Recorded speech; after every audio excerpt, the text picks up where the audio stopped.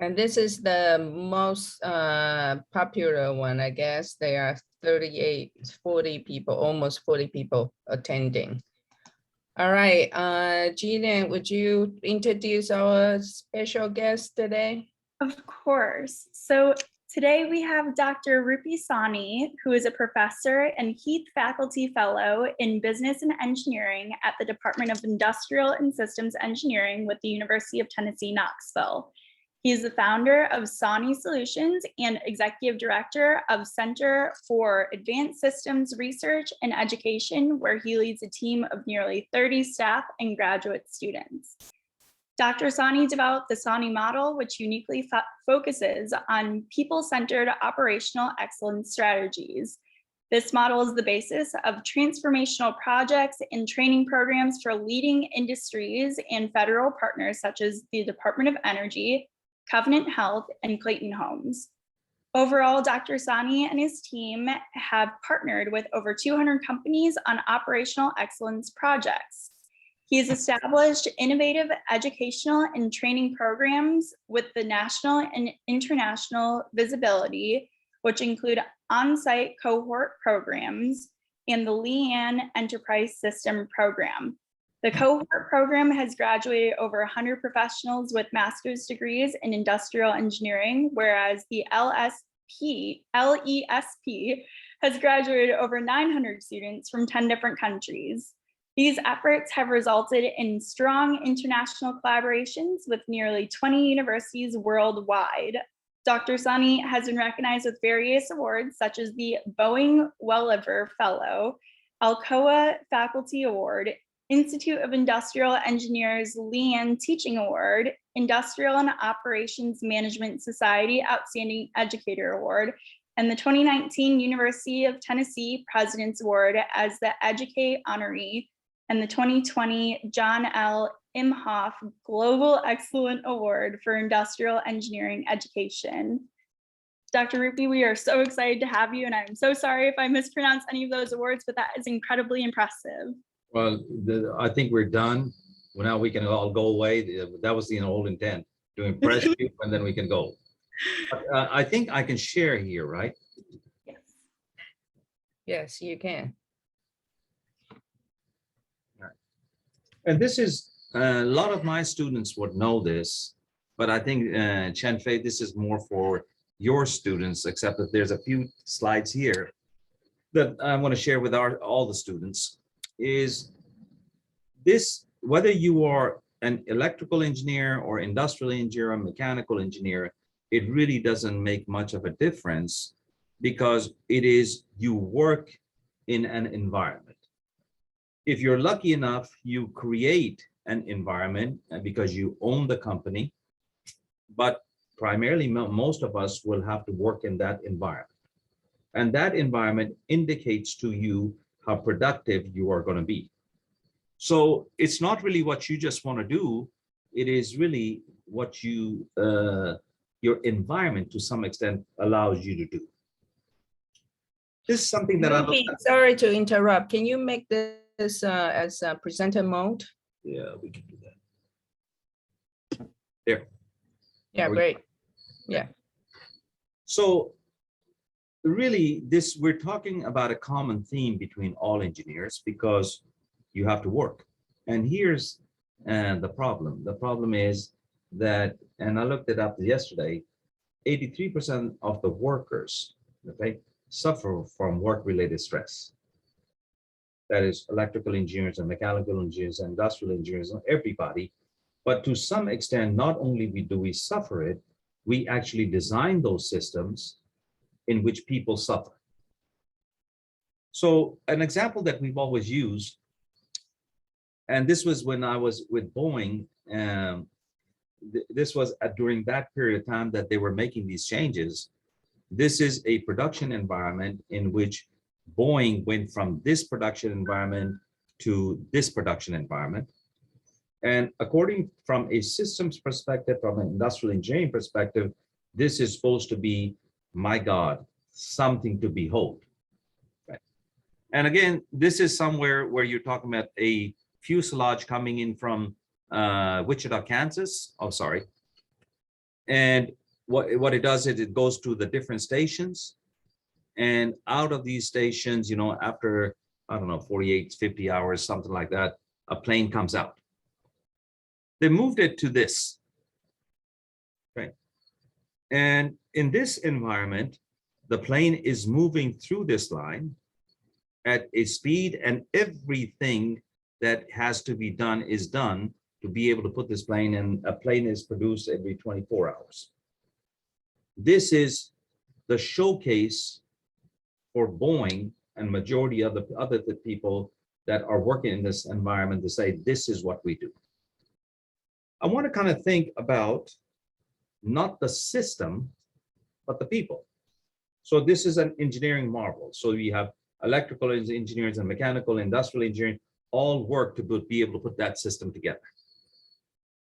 I want to talk about the people, and I want to talk more specifically to our students that are in different types of engineering.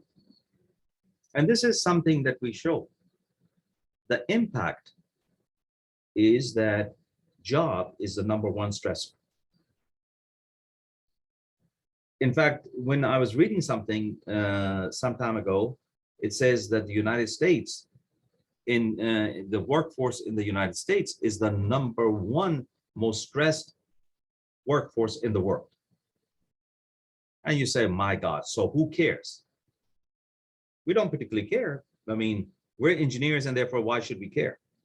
We really don't care about people. We just care about the technical stuff of what we do.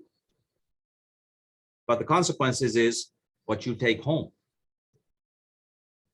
What you take home, for example, all right, look at this on this slide right here.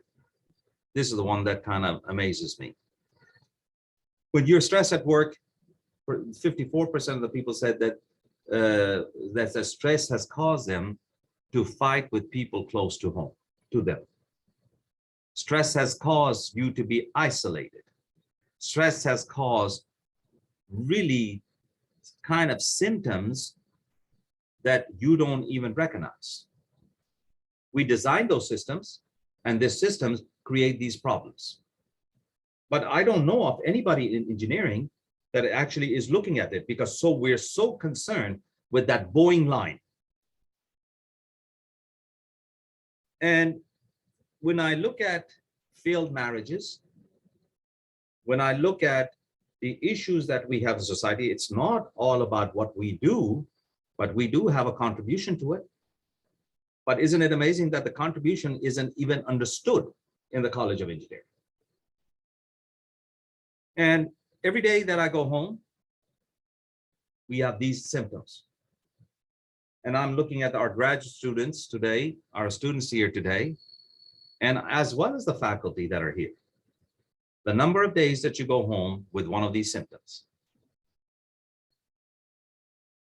And then you say, why? So this becomes a big issue, because we are here as engineers, in my opinion, to serve society. Yet, if we are only enamored with what we develop, but not enamored with the impact of that what we do with people, it kind of leaves me as a faculty in engineering for so many years a little hollow. Hollow in the sense that we're so blindsided that we don't even really recognize what we do. We publish our papers, we get our awards, all right, and we walk away. So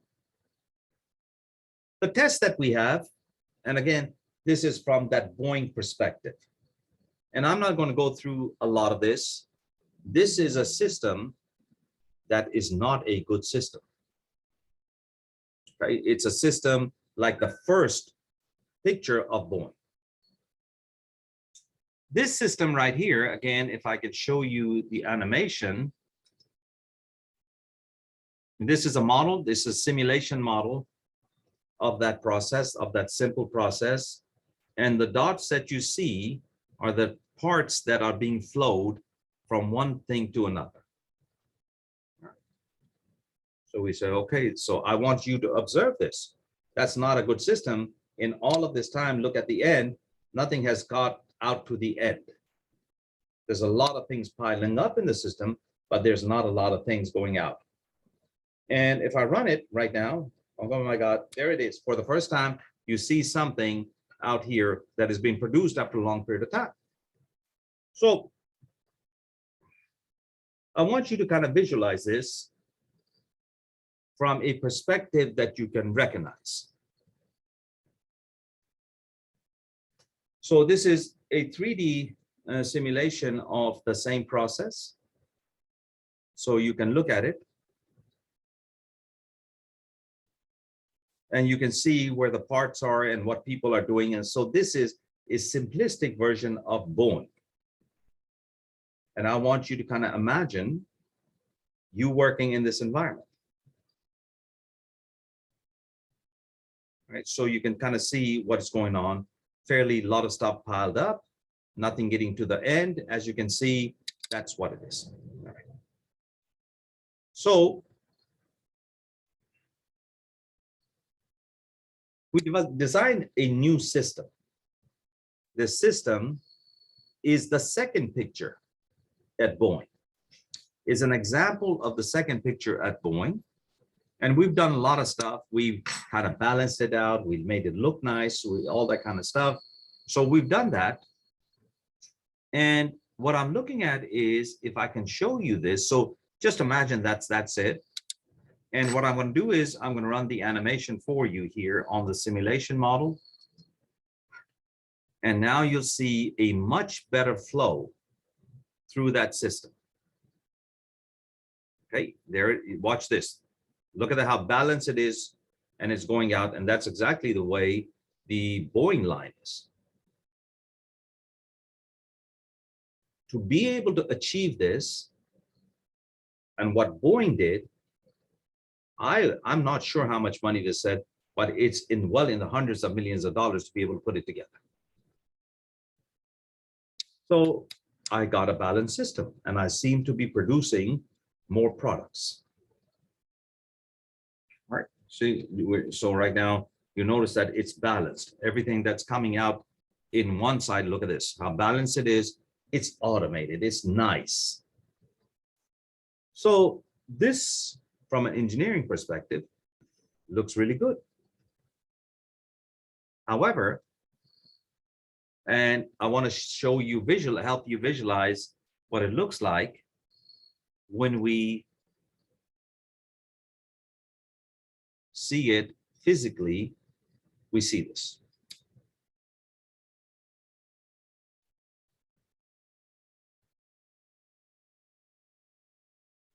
You notice how balanced it is, and we're going to be able to produce a lot more product.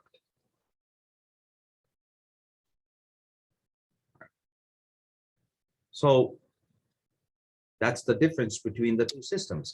The picture that I showed you of BOEING, that's the first simulation.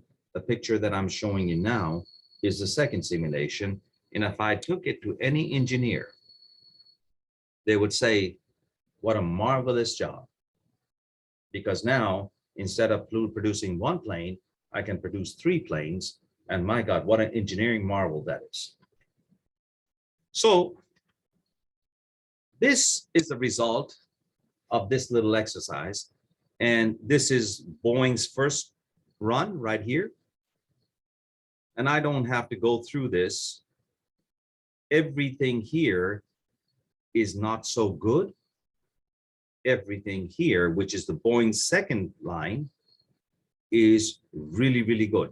So if I compare to the comparison right here between the money and the profit, that's $832 million lost. This is, I don't know, $1,900 billion, that you made. Big difference. I look at it from the customer's perspective, low, high. I look at it in terms of on-time delivery. Can I deliver on time? Everything looks really amazingly good. And when I look at an engineer and I said, this is what we have done, and this is what we have achieved, the question is, wow, what a marvelous accomplishment.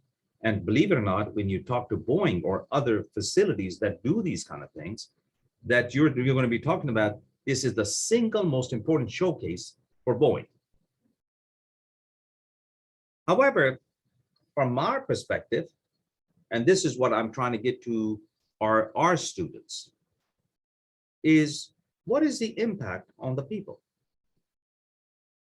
In this impact on the people, because we had very small amounts of people, I mean, in this exercise that we have, these right here, if I can, let me see if I can click. And these are the people in this little exercise. And what we did was we said, let me just analyze this from a completely different perspective than what an engineer does. Did I change the workload of the individual? Did I change the work tempo? Did I change the work flexibility, job control, oversight, work design, and job security? And I did this across each one. Green means it's positive. Yellow means it didn't make a difference. And red means, my God, I did not like it. For example,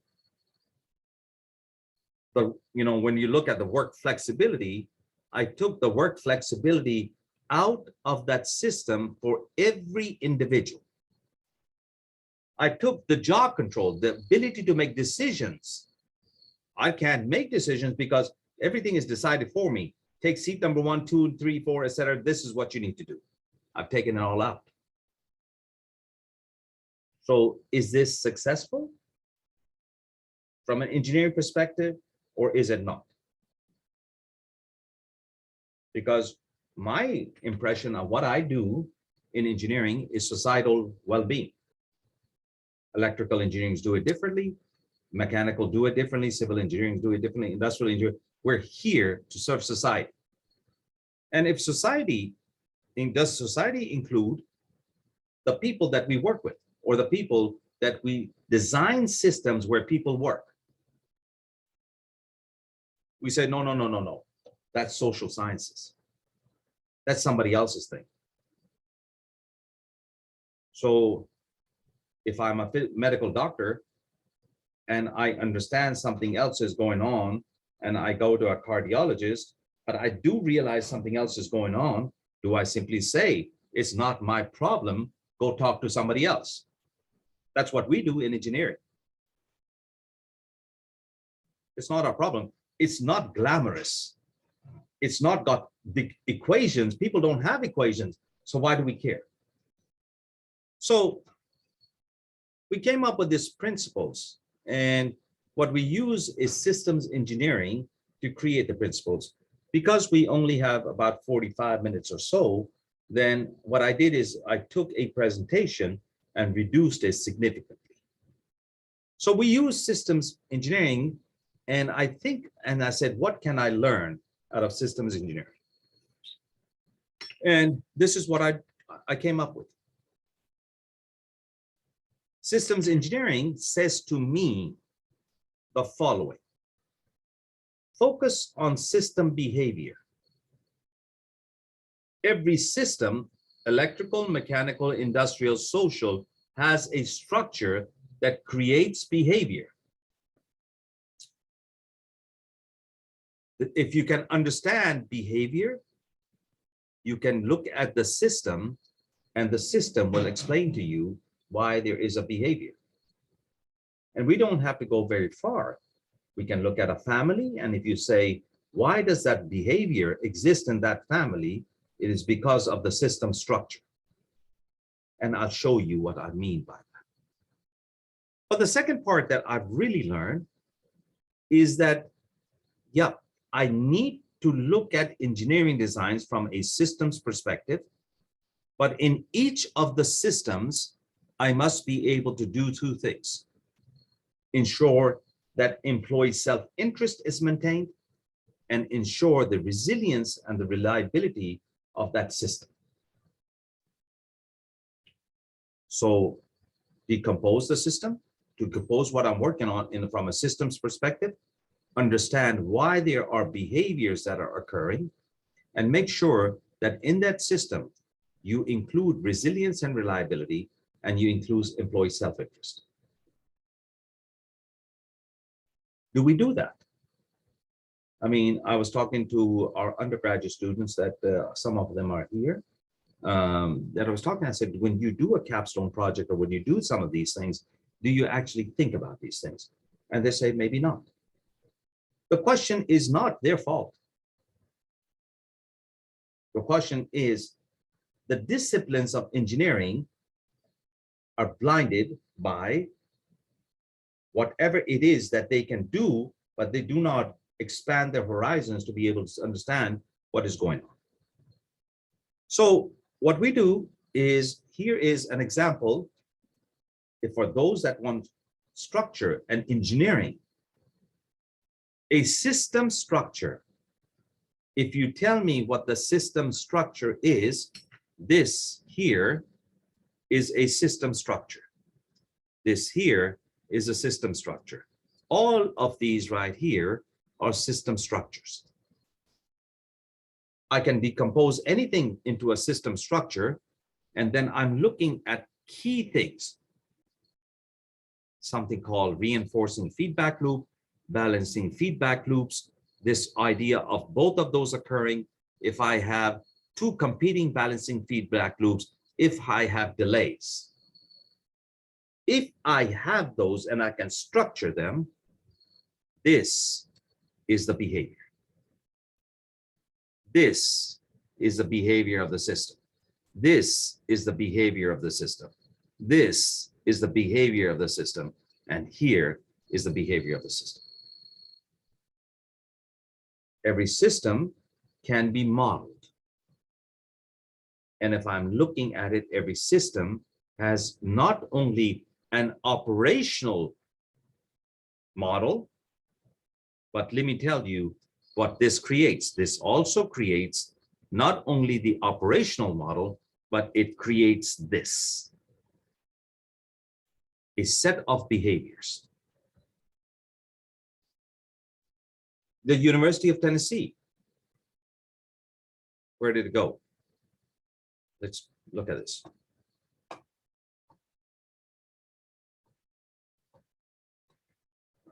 There. Sometimes I have a hard time finding the. There. Okay. The tragedy of the commons. It's a behavior of the system. I really shouldn't be doing this, but who cares? I'm just one of a small group of people. If I do it, why would anybody care?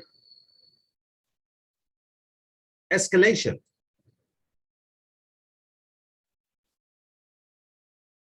I do something, somebody else does something, somebody else does something, somebody else something. I escalate that issue. The idea of fixes that failed. How often do we fix something that doesn't really fix anything, is just a bandage? And therefore, these are fundamental behaviors of systems. These exist in all of engineering. I'm not going to go to class today. Who cares? But what if everybody thought the way you thought? Tragedy of the commons. These are fundamentally based on systems thinking. Now, so we talk about this idea of how do we fix this? And I said that the two things that we can do is incorporate into our engineering design two things, reliability and resilience. And the second thing that we need to do is to incorporate employee self-interest. In the part of the university, student self-interest.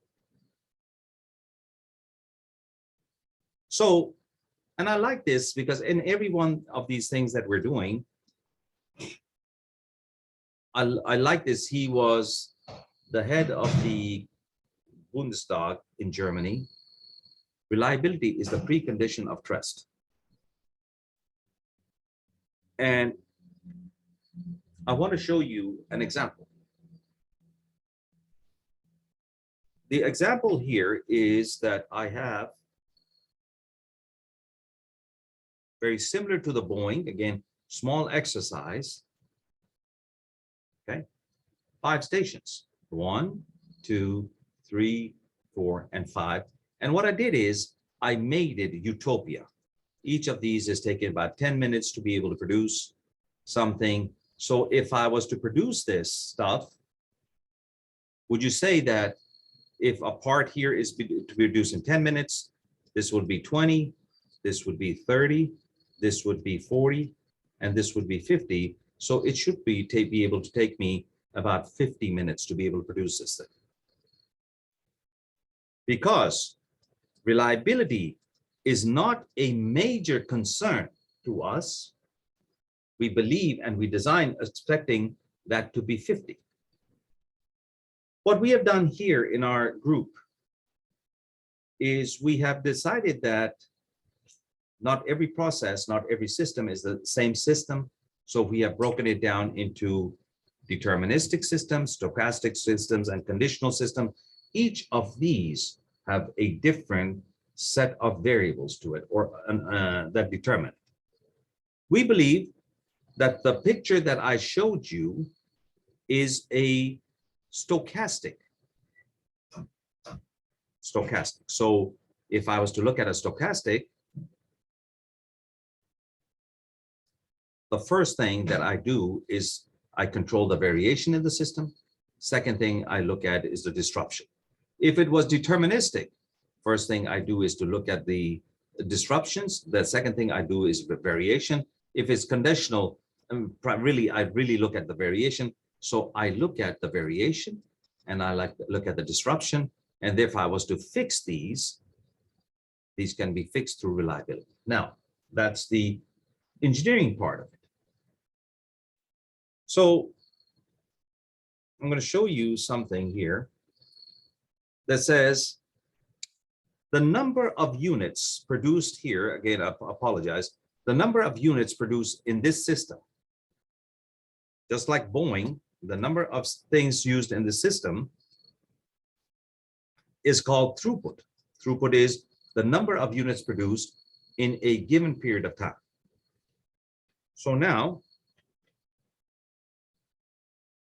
I'm going to show you some simple equations. These simple equations are throughput is equal to the amount of resources you have in the system divided by the effectiveness by which you do the work. That's what this means. So this is called WIP. This is called cycle time. All right, fair enough. I'm going to put in cycle time is the actual time that it takes you to do something. In electrical engineering, in mechanical engineering, in education, you're doing an exam. It is the actual time that it takes you to study for an exam. That's this right here.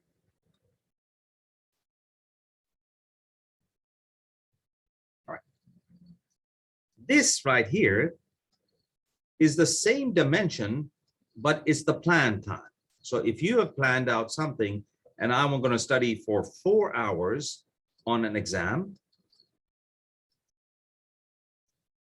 okay, the question is, how long does it actually take you to study? If it takes you 8 hours to study, okay, but you determine 4 hours, we have a problem. What if it was 4 to 4? Or what if it was 2 to 4? The problem is this would not be a good situation. This would be okay. And this would be a really good situation. Same thing with system design and organization. The only thing is that this number right here, see this right here, this actual number is not a constant number. It actually varies and it has a variation. So Here are 3 examples. So I had one of our grad students, he ran a simulation and he came up with this thing. This graph, you see this is the actual time that it takes somebody to do something. If this was the plan time right here, you see that? This is my plan time.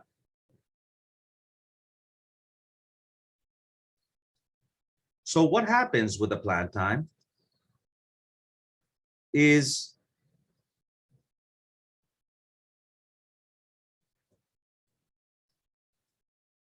okay.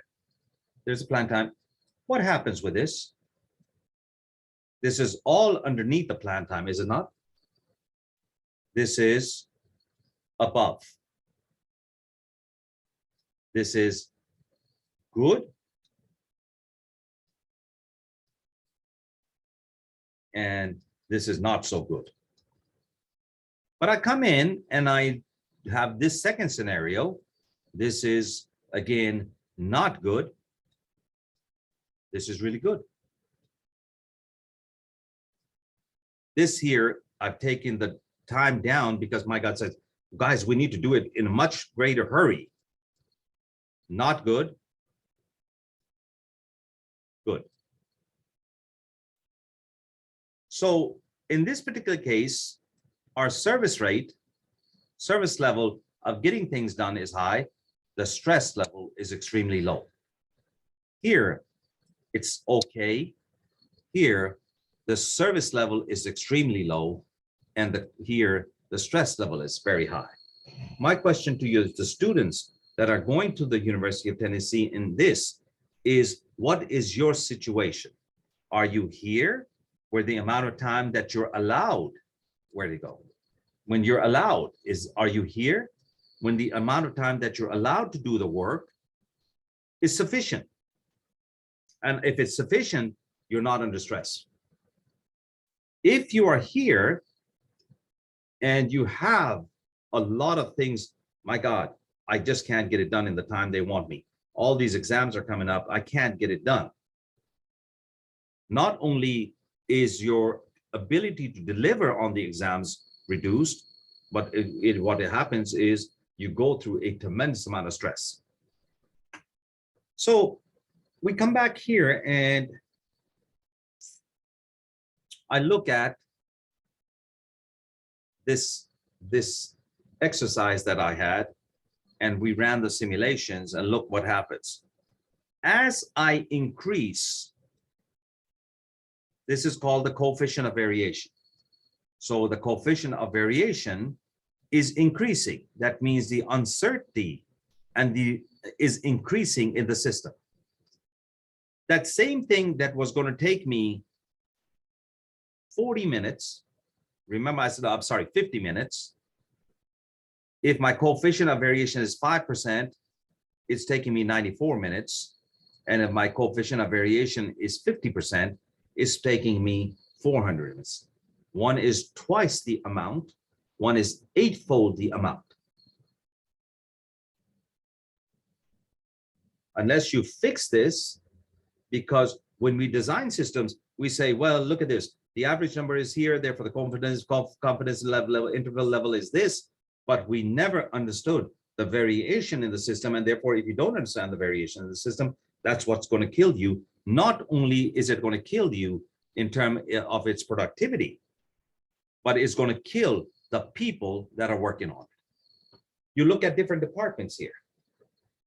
Depend upon expectations, depending upon what is set and the level of inconsistency or variation that exists, the employees in each of those departments are unequally stressed. Same thing with students. Same thing with any system design.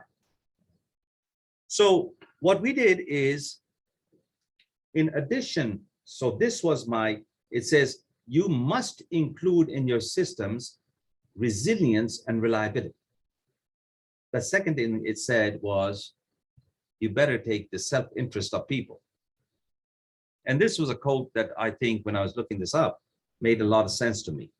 Value the people who sacrifice their something for you, because maybe that something was their everything. Here, I'm going to show you what we have the ability, again, because this is only a 45-minute presentation, is we now have the ability to look at something called retention and sustainability risk. For example, what % of the students will stay in the programs they are currently in? What % of the faculty are going to stay where they are? What % of the people that are going to, not based on anything else, but based on the design that we have? So we have at this moment the ability to look at motivation. We have the ability to look at the engagement, and we can talk later if you're more interested about what these are, the cultural alignment. And because I can actually analyze this, and analyze this right here, I can actually tell you by ranking the retention level of people. Several years ago, we had 2 graduate students. We collected data, we developed a model, we predicted the number of people that were going to leave ORNL, and we had predicted the number of people that would leave Y12. We were so close and actually predicting not only the number, but who was going to leave. We got a call today from a part of the university saying, could you come and see if we can implement this here at the university, so because we can retain it? I said, what do you mean? Well, we had 25 people that were doing this job. In the last year, we lost 8 out of 25 people. Is that not an engineer's job? To design systems that not only achieve what it is that we want to achieve, but to be able to assist people. So the last few things, I guess it's 45 minutes, I think. The thing that I came up with for you to recognize is the following. This is what we share with every individual. Belief. A compassionate servant leaders are self-aware of their decision-making. Compassionate servant leaders internalize the constant pressure between productivity and employee engagement. Okay, and I can continue. Systems. Compassionate servants leaders create value via systems-based decisions. Compassionate servant leaders internalize the concept of system structure that dictates system behavior. Compassionate servant leaders mitigate risk by focusing on system resilience and employee self-interest. Management. Compassionate servant leaders realize value of performance measurements as a key to developing culture that achieves the values of Rupy. These are the fundamental concepts. And I'm going to come back to talk to you. And here is what we're looking at: reliability and resilience. And here's we're looking at employees. And you say, but this is not engineering. What do you see here that is not engineering? What exactly do you see that is not engineering? What do you think is here that is not? If you're fixing and developing something, okay, do you not need to know what is successful or not? Do you not need to know how to do you design something or how you build something? Those are fundamental things that this is, in my opinion, an engineering-based problem. I'm not using stuff out of psychology. I am using my thoughts and tools that are given to me as an engineer to design systems that achieve whatever it's supposed to achieve, yet it achieves societal health. And our passion is that we want to broaden the horizons of engineering. We want to broaden the horizons of people that are graduating to think this way. And I think I'm at 45 minutes. All right, so let me stop sharing. right? And I think now, and Shanfei, all yours. I don't know what goes next. Just anybody have any questions? That was very interesting. You presented very systematic. But again, Shanfei, remember, we're looking at engineering principles. If I can go to the moon with engineering principles, why cannot design the quality of life of people through engineering principles? Yes, and then actually you can incorporate a lot of psychology. Yep. Stuff into your work. Anybody have questions for Dr. Sawhney?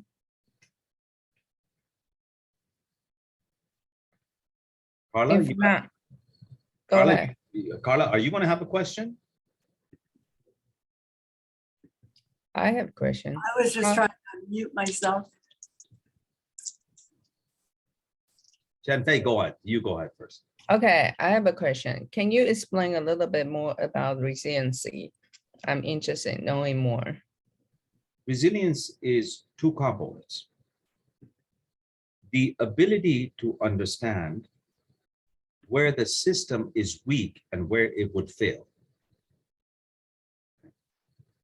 The second component of resilience is the idea of when it fails, how quickly can I bring that system up to running?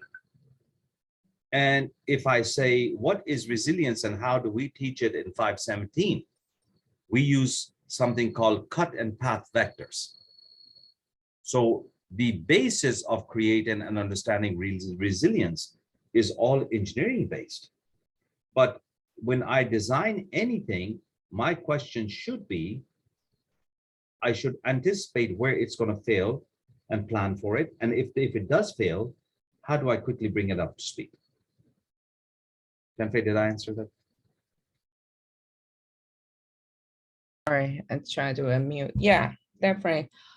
So do you think this definition or your resiliency component can apply to even natural disasters when we are trying to recover? I believe we can. I mean, I would even take it to when I go home and I first 30 minutes, I turn the TV on and I listen to the news that's going on in Ukraine. And I think to myself, they talk about, you know, the supply chain was there and this was not there and that was there and food was there. That's part of resilience. Yeah. Should I have anticipated those failures? And if those failures are occurring, can I fix them? And for example, right now in our community, what is it that we believe could fail? Nobody thinks about it. It's not until it fails, we don't do anything. But what can fail in our community? What can fail in our educational systems? What can fail in our communities? That's part of it. And if it fails, what should our response be? For example, I'm working with a student she's at Oak Ridge National Lab, and she's a PhD student of ours now. And she's going to work on what she did for Oak Ridge National Lab is plan the COVID, how to bring people back from COVID and how to people, you know, because she said, my God, the number of people that were really, really stressed, mental anguish. So you know what her PhD dissertation is going to be? In engineering. Uh-huh. Yeah. Understanding and connecting mental anguish and mental resilience and connecting that to burnout. And she asked me, she said, would that be an engineering thing? I said, the way we would approach it is through structural equations. And therefore, the factors may change, but our techniques will not change. Mm-hmm. Right? Yes, definitely. All right. So that was be good. Thank you. All right. Thank you all. Anybody have more questions? We still have a few minutes. There's Yeah. 53 or 55 participants. So here's what I do. think of resilience for your weekend. What could go wrong on your weekend? And if it did go wrong, how would you fix it? Go enjoy your weekends, guys. Okay. Thank you all. Okay, thank you. Thank you, Rupy. All right, see you. Great. Thank you. Bye-bye. Bye-bye.